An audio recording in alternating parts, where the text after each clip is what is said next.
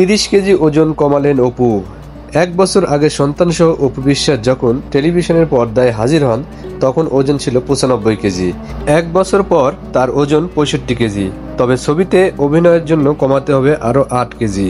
প্রথম আলো জানায়, মা হওয়ার আগে সেই ফিগার ফিরে পেতে কঠোর পরিশ্রম করছেন অপু। রাজধানীর একটি জিমে মাস খানেক ধরে নিয়মিত যাচ্ছেন। বিয়ে আর সন্তানের খবর প্রকাশের পর নায়িকার ওপর দিয়ে বেশ ঝড় বয়ে গেছে। এই ঝড় এমন পর্দায় পৌঁছায় একসময় সংসারে ইতি পর্যন্ত ঘটে। ছবিতে অভিনয় থেমে যায়, তবে কয়েকটি টিভি অনুষ্ঠানে অংশ নেন। ঢালিউডের এক সময়ের ব্যস্ত এই নায়িকা এখন মনোযোগী আবার নিজেকে আগের রূপে ফিরিয়ে নেওয়ার। অপু বলেন, বিরতির পর যখন টেলিভিশনের পর্দায় হাজির হয়েছি তখন আমার ওজন ছিল 95 কেজি।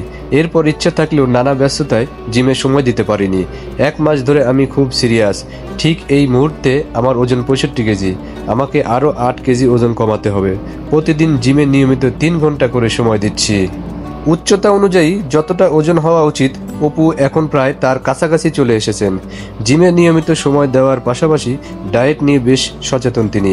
অপু শিগগিরই দেবাশিস বিশ্বাস পরিচালিত শ্বশুরবাড়ি জিন্দাবাদ 2 এর কাজ শুরুর মধ্য দিয়ে নতুন ছবির শুটিংয়ে ফিরবেন। এর মধ্যে শেষ করেছেন বহুদিন ধরে আটকে থাকা পাঙ্কু জামাই।